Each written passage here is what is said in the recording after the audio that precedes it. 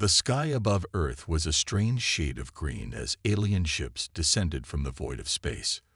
Towering, metallic structures, shaped like nothing Earth had ever seen, ripped through the atmosphere, causing explosions that lit up the night sky. Cities trembled beneath the weight of this unseen threat, and chaos spread like wildfire across the globe. The world had been unprepared, caught off guard by an enemy that had waited for the right moment to strike. No one knew where the invaders came from or how long they had been watching. All they knew was that humanity was in grave danger. The first attack came without warning. It was swift, precise, and utterly devastating. Alien warships hovered above major cities, unleashing torrents of laser fire that obliterated military bases, communication towers, and everything in their path. The people on the ground stood no chance. Panic gripped every corner of the world as governments fell, military forces were scattered, and humanity's most advanced defenses were useless against the invaders' overwhelming firepower. It seemed like an unstoppable force. In the span of hours, Earth had been reduced to rubble. In the midst of this chaos, a small group of humans found themselves in one of the few surviving underground bunkers. General Marcus Steele, a battle-hardened leader with years of experience, looked out at the flickering monitors in front of him, watching the destruction unfold. His face was grim. The aliens had come from nowhere, and they were winning. Earth's finest weaponry had been no match for their superior technology. The cities were burning. The world was falling apart, and humanity was struggling to hold on. "We've lost communication with the rest of the world," Lieutenant Sarah Connors said, her voice shaky as she stared at her screen. "It's happening everywhere. New York, London, Paris. They're all gone." Steele slammed his fist against the table. "Damn it. They're too strong. We need to fight back. We have to hold them off until we can find a weakness." But what weakness could there be? The invaders' ships were indestructible. Their weapons cut through Earth's military forces like a hot knife through butter. They seemed impervious to anything humans could throw at them. It wasn't just the weapons or technology that made them so deadly. It was their cold, calculated precision. These aliens were not just conquerors. They were hunters, and Earth was their prey. As the days passed, the situation grew increasingly dire. Despite their best efforts, humanity's resistance was weak. The alien forces systematically wiped out Earth's remaining military and government structures, claiming more territory by the hour. The aliens moved with terrifying speed and efficiency, as though they had done this 1,000 times before. They were the perfect predators, and Earth was nothing more than a soft target. The people of Earth had no idea how they could win. Then, as the situation seemed most hopeless, something unexpected happened. On the last remaining secure communication channel, a strange signal began to play. It wasn't anything like the usual transmissions they had been receiving from military bases or the remnants of governments. It was something far more cryptic. Static filled the airwaves, followed by a strange sequence of tones that seemed to carry a hidden message. The message was simple, yet its meaning was profound. "You forgot rule number 1. Steele stared at the screen, a flicker of something, hope, perhaps, dancing behind his tired eyes. What did that mean? Rule number 1. The aliens had been so confident, so sure of themselves, that they didn't even consider the possibility that humanity could surprise them. What if this was the key to their defeat? What if there was something they didn't know? The message had to be more than just a cryptic phrase. Steele's mind raced, and he knew he wasn't alone in his thoughts. The message echoed through every resistance leader's thoughts. Could it be? Could humanity have something the aliens never expected? Rule number 1. There was a reason the aliens didn't fear Earth. There was something humanity possessed that they had missed. Something crucial. "We need to figure out what that means," Steele ordered, standing up from his desk, his tone filled with new urgency. "There's something more going on here. This message could be our lifeline." The team of engineers, scientists, and analysts in the bunker scrambled to find any connection to the message. Hours passed, And as the situation on the surface grew darker, one of the engineers made a startling discovery. The strange tones were not random. They were patterns, patterns that matched ancient Earth codes, old languages, and a concept long buried in humanity's history: resilience. Earth had always been a planet of survival. The human race had existed for millennia, fighting off disasters, overcoming challenges, and adapting to every environment it encountered. They had survived ice ages, asteroid impacts, and near extinction. They had fought wars that spanned centuries, but always they endured. The message, it seemed, was a reminder. The aliens have forgotten something. They had underestimated humanity. The aliens were not invincible. Their strength was not the only thing that mattered. Earth's strength lay in its people, in their ability to adapt, to endure, and to fight back against the odds. Humanity's greatest weapon wasn't advanced technology or firepower. It was their spirit, the unyielding will to survive, no matter the odds. As the message spread among the remaining survivors, a sense of unity began to form. Humans might not have been the strongest or the most advanced species in the galaxy, but they had something that the aliens couldn't fathom. They had something worth fighting for. With a renewed sense of hope, the remaining resistance forces began to organize. They started striking back in small, unconventional ways: guerrilla tactics, hit-and-run attacks, and strategies that the alien invaders never saw coming. The battle was far from over, but humanity had just been reminded of their greatest strength. They had forgotten rule number 1 for too long, but now they remembered. And this time, it was the aliens who had made the mistake. As humanity began to rally, the alien invaders continued their relentless assault on Earth's surface. But now, the humans fought with a renewed sense of purpose. The message, "You forgot rule number 1, had reignited a fire within them. A reminder that no matter how superior the alien forces seemed, humanity had survived worse. They had faced extinction before and came out stronger each time. Now the invaders were about to learn a harsh lesson: never underestimate humanity. General Marcus Steele, who had once been desperate, now had a spark of hope. His eyes, once dull with fatigue, now gleamed with determination. The resistance wasn't simply trying to hold the line anymore. They were fighting back with a purpose. The message had been clear. Humanity's strength wasn't in their weapons or their technology. It was in their resourcefulness and resolve. The aliens, with all their advanced weaponry and strategies, had overlooked that. "We're not going to win this war by playing their game," Steele said to his commanders as they gathered in the war room, a quiet hum of activity around them. "We need to make them play ours." For the first time in days, there was a sense of direction in the room. The human resistance would no longer just defend. They would strike.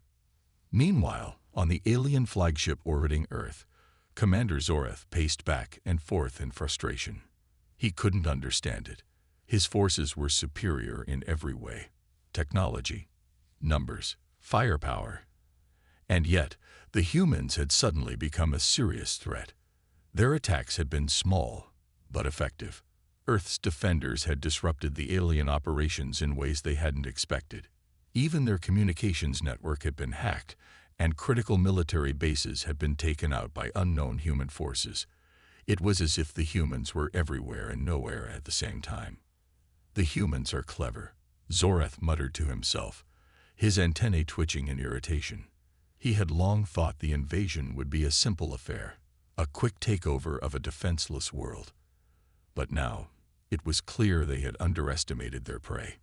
"Begin tracking all remaining human signals," Zorath barked at his lieutenant.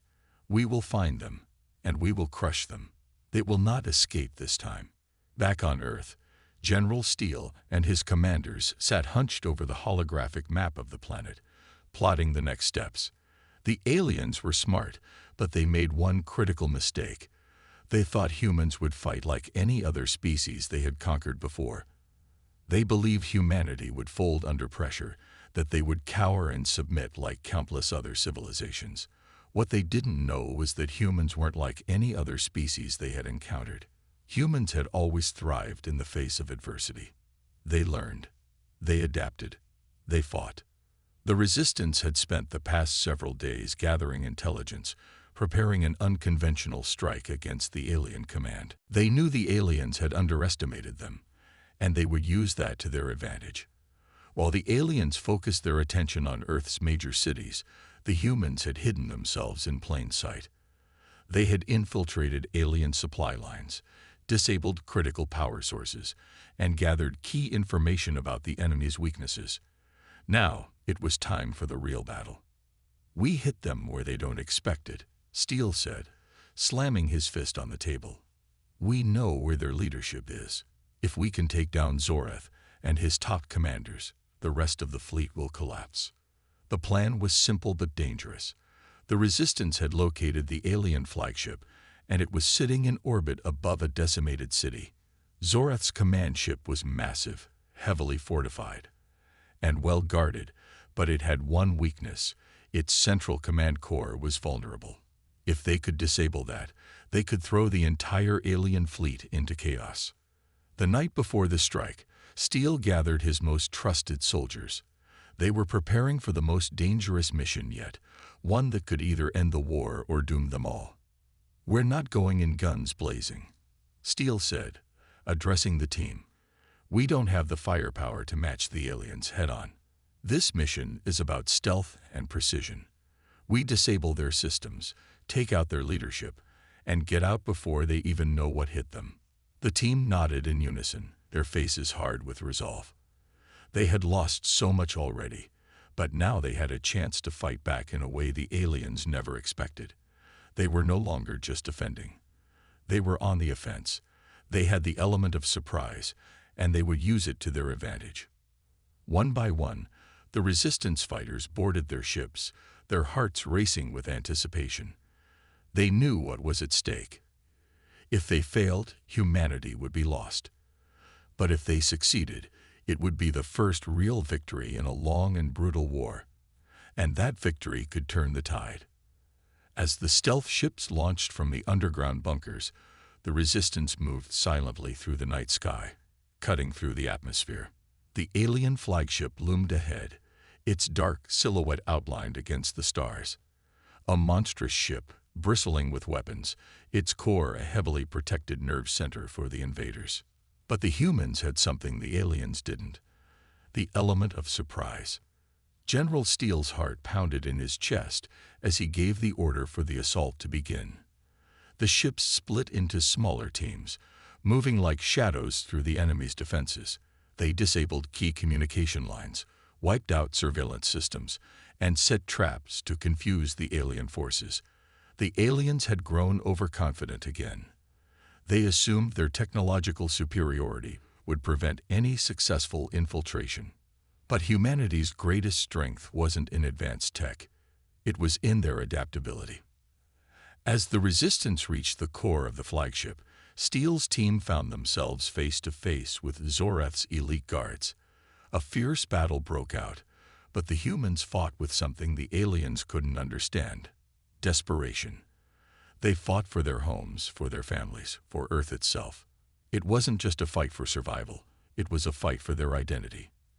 And in that fight, the humans showed no mercy. Zoreth, meanwhile, was unaware of the human strike. His focus was on Earth's remaining cities, convinced the war was already won. But as he sat in his command center, staring at the growing number of reports about failed operations and alien fleet movements, the realization began to sink in. The humans were doing the impossible. They were fighting back, and they weren't stopping. The tension reached its peak as the human assault team made their way deeper into the heart of the alien flagship. They were so close now, too close to fail. The final confrontation with Zoreth was approaching, and both sides knew that this battle would determine Earth's fate. Would humanity prove the aliens wrong? Would they show them just how dangerous they truly were? The trap was set. The game was on. As the human assault team infiltrated deeper into the alien flagship, they moved with silent precision. Their mission was simple: find the central command core, disable it, and take down the alien leadership. The stakes couldn't have been higher. General Steele's voice echoed in their minds. Strike fast, strike hard, and get out. No heroics. But the truth was, everyone on the team knew that there was more at stake than just survival. They were fighting for the very future of Earth. Every step they took, every breath they held, was one step closer to potentially ending the war. Their movement was swift, silent, like ghosts. The ship was vast, its hallways lit by the eerie glow of alien technology. The walls seemed to pulse with a life of their own, as though the ship itself was watching them, waiting for them to make a mistake. Yet, as terrifying as it was, it didn't matter. These humans had faced greater dangers and had always come out on top. Fear wasn't going to stop them. The first obstacle came swiftly. A small patrol of alien soldiers rounded a corner, but before they could react, the humans took them down with surgical efficiency. Their weapons, custom-made for this mission, were silent, non-lethal, designed to incapacitate without alerting the rest of the alien fleet. The humans had learned the hard way that any noise, any disturbance, would result in immediate reinforcements. Now, every movement, every decision had to be calculated. As the team pressed forward, they neared the heart of the flagship. The alien command center loomed ahead, a heavily guarded room, sealed off by high-tech security systems. General Zoreth's own private defense force was stationed there. The closer they got, the more tense the air became. "This is it," Steele muttered over the comms. "No turning back now. Once we go in, we don't stop until the job's done." Back in the command center of the alien flagship, Commander Zoreth sat in his chair, his gaze fixed on a holographic map of Earth. His once calm demeanor was starting to show cracks. Reports were flooding in, some of them too confusing to make sense of. His fleet was being harassed on multiple fronts, supply lines cut, key resources sabotaged. And worst of all, his own technology, the systems he relied on to control the invasion, was beginning to fail. Was this just the humans scrambling in their last effort to survive, or had they somehow turned the tables on him? Zoreth's antennae twitched in frustration as his officers tried to calm him down, but it was clear that the commander was growing nervous. This shouldn't be happening. The aliens had calculated every possible outcome, considered every scenario. They had assumed Earth's defenses would break quickly. They had never anticipated this kind of response. The humans had fought back in ways Zoreth had not understood. The reports from his front lines were becoming increasingly erratic. As his mind raced to come up with an explanation, a chilling realization washed over him. Had they truly underestimated these humans so completely? The calm exterior Zoreth had built up over the years began to crack. He rose from his chair and growled, "I'll end this myself." His mind was now set on a single goal: to crush the humans once and for all. But just as Zoreth prepared to issue new orders, the ship's lights suddenly flickered. A warning flashed across his console. Something had triggered a security breach. His systems were being compromised. The humans were inside. Inside the flagship, Steele and his team reached the heavily guarded Central Command. They had expected heavy resistance, but what they found was beyond what they anticipated. Alien soldiers were stationed in every corner, their energy shields glowing ominously, their weapons drawn and ready. But the humans had anticipated this. They had a plan, and a backup plan. Sergeant Alex Cooper, one of Steele's best soldiers, motioned to the others. "Set the charges," he whispered. "We're taking this room down in 3, 2, 1. Before the aliens could react, the explosive charges detonated, creating a massive breach in the wall. The humans rushed in, weapons drawn, taking down the alien defenders one by one. The room exploded with the crackling sound of gunfire and the high-pitched whir of alien energy weapons. Steele led the charge, cutting through the enemy forces with ruthless precision. His team fought like they had nothing left to lose. But even as the aliens fell, the humans couldn't shake the feeling that something was wrong. This was too easy. "Where's Zoreth?" Steele muttered under his breath. The alien general was nowhere to be found. Had he evacuated, or was he preparing something even worse? Just as the humans secured the command room, the alarms blared. A voice, cold and menacing, crackled through the ship's intercom system. "You should have stayed in your bunkers, human scum." It was Zorath. Before Steele could react, the flagship's systems powered up. The walls of the room began to shake, and the hum of the alien engines grew louder. The ship was going into lockdown. Zorath had initiated a self-destruct sequence. The humans had no time to celebrate their victory. As the countdown began, Steele's mind raced. The only way to stop the self-destruct was to access the central control core. It was deep within the ship, hidden in a chamber far beyond the command room. The team's exit strategy was now irrelevant. They needed to find a way to shut it down, and fast. The resistance team sprinted through the winding corridors, the clock ticking louder in their ears. Every second felt like an eternity as the walls continued to tremble, and the lights flickered ominously. Zorath had triggered a chain reaction that would bring the entire flagship down in minutes. If they didn't act fast, the entire human resistance could be wiped out in an instant. Steele felt the weight of the world on his shoulders. The pressure was suffocating. They had come this far, but now, at the final moment, it seemed like everything might fall apart. "You've made a mistake, Zorath," Steele muttered under his breath. "Rule number 1, never underestimate humanity." They reached the central core, just in time. Steele's hand hovered over the control panel, ready to deactivate the countdown. But the ship's artificial intelligence was already fighting back, locking down every access point. The humans were running out of time, and they knew it. Just when it seemed like all hope was lost, the unthinkable happened. Zorath's fleet began to retreat, one by one. The ships broke off from the orbit, disappearing into the void. It seemed like the aliens were abandoning their prized flagship. Why? Was it a distraction, or had they underestimated the humans one final time? Steele didn't wait to find out. With a final press of the button, the countdown halted.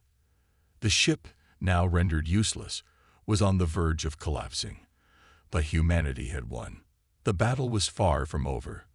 But for the first time in the war, the humans had struck a blow the aliens didn't see coming. And that, it seemed, would be their downfall. The alien flagship, now a hollow shell of its former self, groaned under the pressure of its failing systems. The resistance had struck a decisive blow, but the war was far from over. General Steele stood over the now deactivated central control core, his breath shallow, his pulse still racing from the adrenaline of the mission. The humans had just pulled off the impossible. They had taken down the most advanced weapon in the alien fleet. But as the ship continued to tremble and alarms blared around them, there was no time to rest. "Move," Steele barked, snapping the team into action. "We're not out of this yet." The countdown was halted, but the flagship was falling apart. The destruction had been triggered, and without the self-destruct sequence in place, the ship was set to collapse in on itself. It wasn't just a tactical win. It was a race against time to get back to the escape pods before the entire ship disintegrated. The humans made their way through the collapsing corridors with a sense of urgency. The walls shook as if the ship itself was angry at its defeat. The once pristine, glowing halls of the alien flagship had now become a maze of flickering lights, broken panels, and crumbling structures. The sound of the ship breaking apart echoed in every hallway. "Steele, this is gonna be tight," Sergeant Alex Cooper said as he ran alongside him, barely keeping his balance as the ship tilted. "We need to get to the shuttle bay now. It's not just us. We've got the rest of the resistance waiting for us down on the surface. They'll be expecting a signal." "I know," Steele replied, his face tense. "We'll get them the signal. But first, we get off this ship." They could hear the sounds of alien soldiers rushing down the corridors behind them. The aliens hadn't given up. They were trying to regain control of the flagship, and they were prepared to throw everything they had at the humans to keep them from escaping. As they approached the shuttle bay, Steele's team encountered a last line of defense, a squad of elite alien warriors, their weapons raised and ready to tear through anyone who dared to challenge them.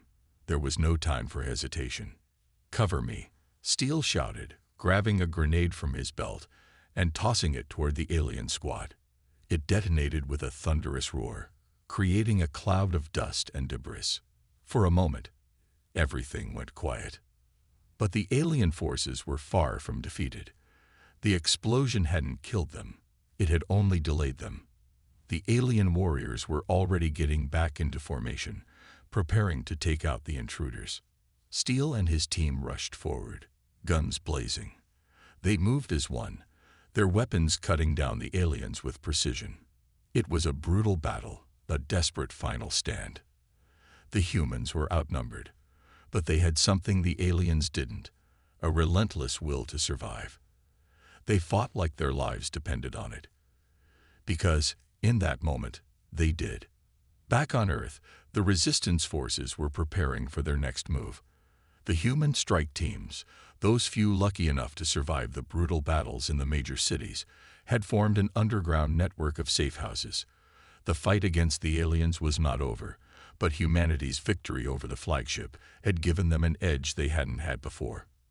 "Zorath is still out there," Lieutenant Sarah Connors said, scanning the battlefield maps. "We can't afford to get complacent. We have to press the attack while the aliens are still reeling." Steele's victory had sent shockwaves through the alien command. The flagship, once the spearhead of their invasion, had fallen, and with it, Zorath's pride. But the alien leader was not one to admit defeat. In fact, Steele knew that the hardest part of the battle was still ahead. Zorath would retaliate, and he would retaliate with everything he had left. "We can't let up," Steele said, watching the holographic map of the Earth's surface. "They're going to come at us harder than ever, but we can't stop fighting now." They had won a battle, but the war was far from over.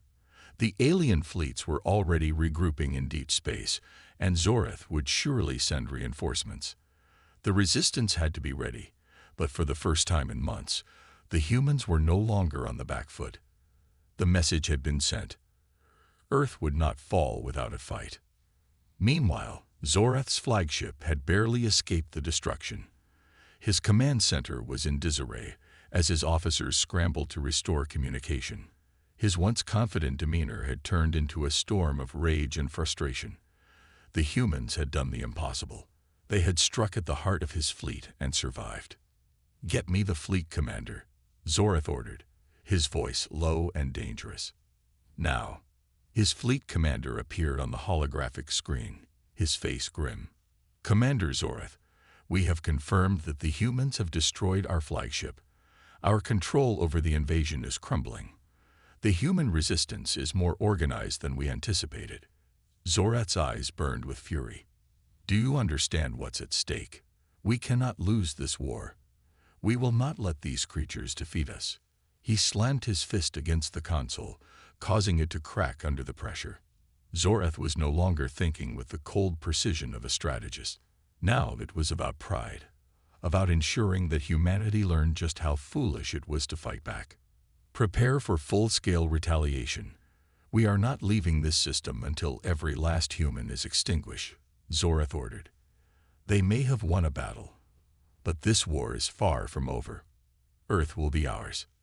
Back on Earth, Steele's team had finally reached the escape pods, their hearts pounding as they raced against the clock.